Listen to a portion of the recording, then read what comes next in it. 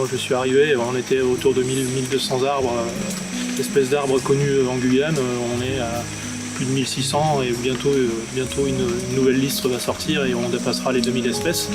Et même un potentiel sur le plateau des Guyanes à plus de 5000 espèces d'arbres. Donc c'est le royaume des botanistes. Donc, et on peut faire toute une vie en Guyane et continuer à découvrir et en découvrir sur la forêt et sur la botanique et sur la connaissance d'espèces.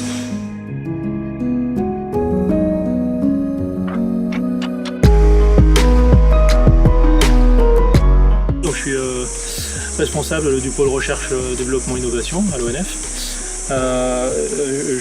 Je travaille en Guyane depuis de nombreuses années et notamment sur la sylviculture.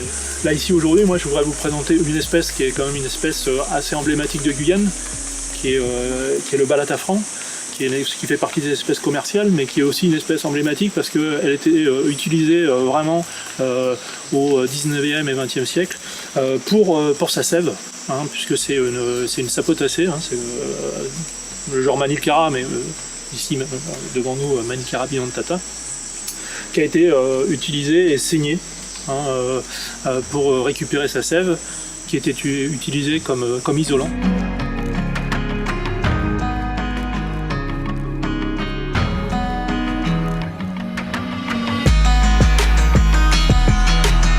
Ça a notamment été les premiers isolants du câble entre la France et l'Angleterre, qui étaient isolés en gomme de balata venant de Guyane.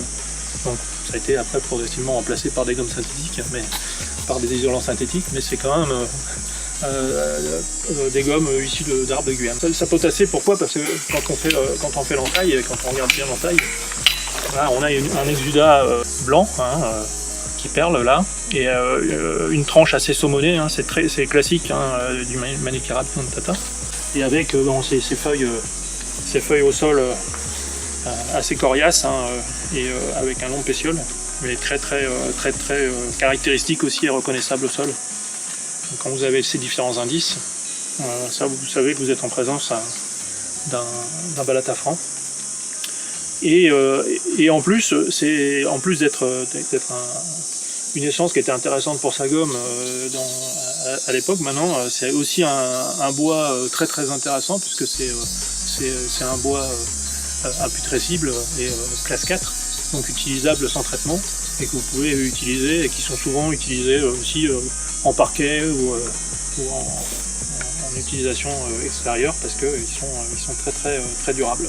C'est un bois très durable.